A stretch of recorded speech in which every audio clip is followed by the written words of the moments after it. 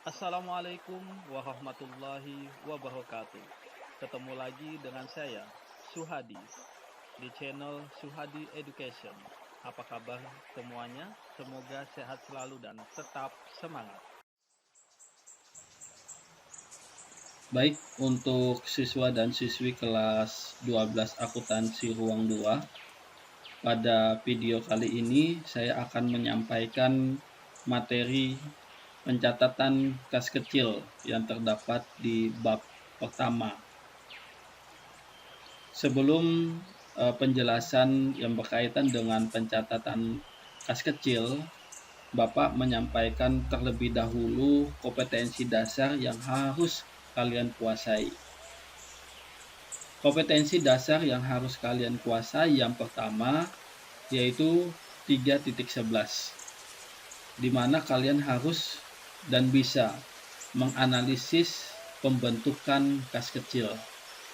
Yang kedua, 4.11, kalian harus dan bisa melakukan pencatatan kas kecil. Ini merupakan kompetensi dasar yang harus kalian kuasai. Adapun materi pembahasan pada kompetensi dasar ini, yang pertama, pengelolaan kas kecil. Yang kedua, pemeriksaan dana kas kecil. Baik, langsung saja. Apakah kalian mengetahui apa itu kas kecil?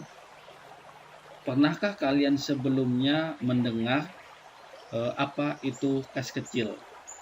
Baik, dalam buku akuntansi berdasarkan prinsip akuntansi Indonesia, Erhan tahun 2016 mengatakan bahwa kas kecil adalah uang tunai yang disediakan untuk keperluan pengeluaran yang jumlahnya relatif kecil di setiap perusahaan.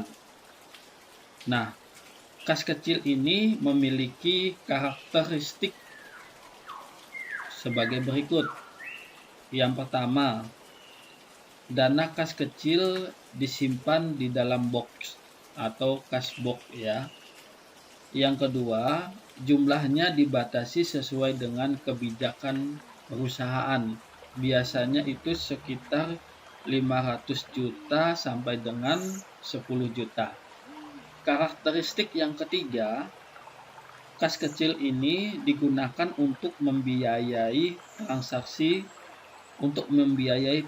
kecil yang bersifat rutin setiap harinya. Yang keempat, biasanya kas kecil ini dipegang oleh kasir. Apakah sampai di sini kalian paham pengertian tentang kas kecil? Nah, jika paham, kita lanjutkan. Di dalam sebuah perusahaan itu tentunya memiliki kas ya. Nah, kas ini bisa dibagi menjadi dua. Ada kas besar dan kas kecil. Kas besar itu biasanya disimpan di bank ya, atau bisa disebut juga dengan kas bank. Nah, yang kedua ini kas kecil. Baik, kita simak di layar. Kas besar adalah dana yang disediakan untuk pengeluaran operasional perusahaan yang relatif besar, di mana pembayarannya dapat dilakukan dengan cek. Jadi kas besar ini adalah sebuah dana yang disediakan oleh perusahaan untuk membiayai pengeluaran operasional perusahaan yang nominalnya relatif besar. Contohnya seperti pembelian kendaraan, pembelian tanah, pembelian mesin, pembayaran gaji karyawan, dan lain sebagainya. Sedangkan kas kecil ini adalah dana yang disediakan untuk pengeluaran operasional perusahaan yang bersifat kecil dan tidak ekonomis bila dibayar dengan cek ya. Jadi dana kas kecil ini memang sudah disediakan oleh perusahaan untuk pengeluaran operasional perusahaan di mana nominalnya relatif kecil, berbeda dengan yang kas besar tadi. Contohnya pembelian materai, pembelian perangko, pembayaran listrik, air, dan telepon. Dan juga pembayaran konsumsi jika ada rapat, biaya iklan, dan lain sebagainya. Ini merupakan dana kas kecil yang digunakan oleh perusahaan yang dimana tidak menggunakan cek untuk pembayarannya. Nah, ini yang berkaitan dengan kas besar dan kas kecil. Sampai di sini paham ya? Baik, kita lanjutkan. Pembahasan yang kedua yaitu tentang prosedur pengelolaan kas kecil. Dalam prosedur pengelolaan kas kecil terdiri dari 3 bagian. Yang pertama, pembentukan dana kas kecil. Yang kedua, pembayaran dengan menggunakan dana kas kecil. Yang ketiga, pengisian kembali dana kas kecil.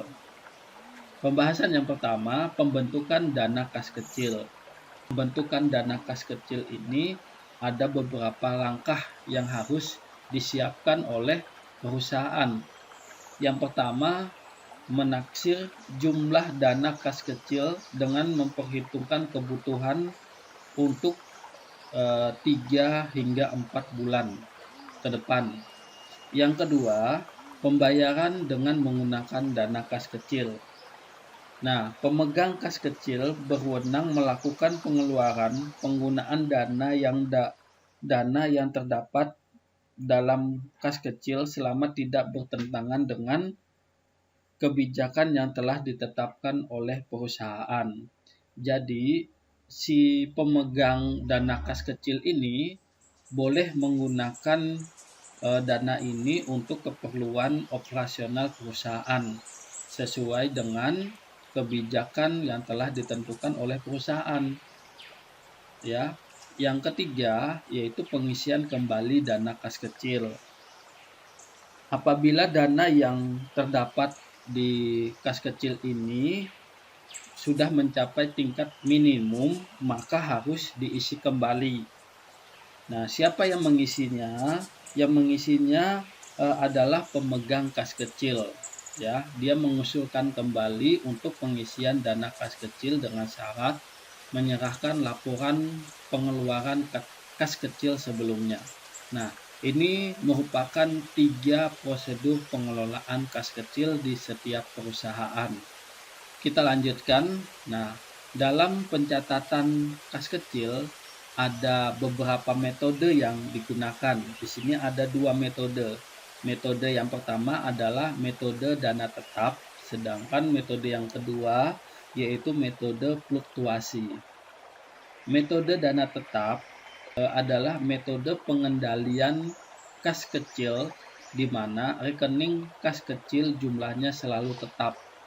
Nah, sedangkan metode fluktuasi adalah metode pengendalian kas kecil di mana jumlah kas kecil akan selalu berubah-ubah.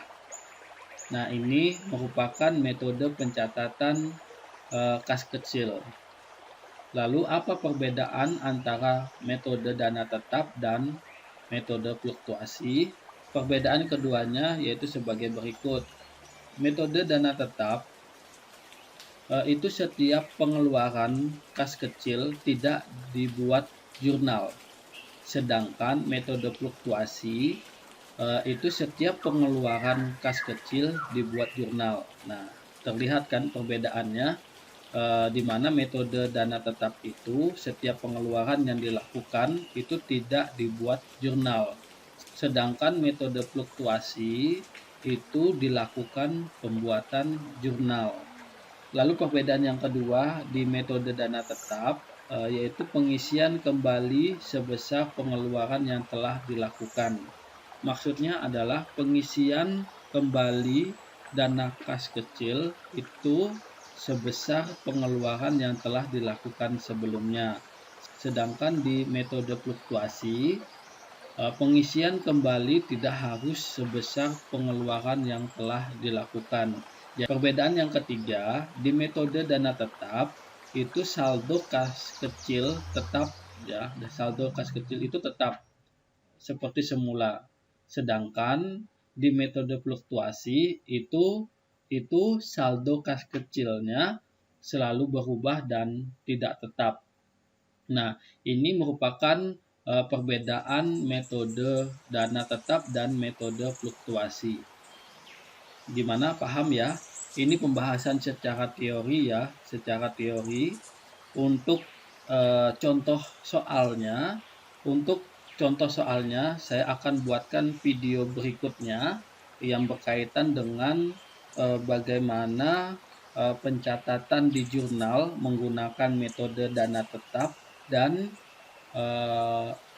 pencatatan dengan menggunakan metode fluktuasi. Mungkin ini saja yang bisa saya sampaikan pada video kali ini. Minggu depan saya akan menyampaikan video tentang bagaimana pencatatan di jurnal dengan menggunakan metode dana tetap dan metode fluktuasi.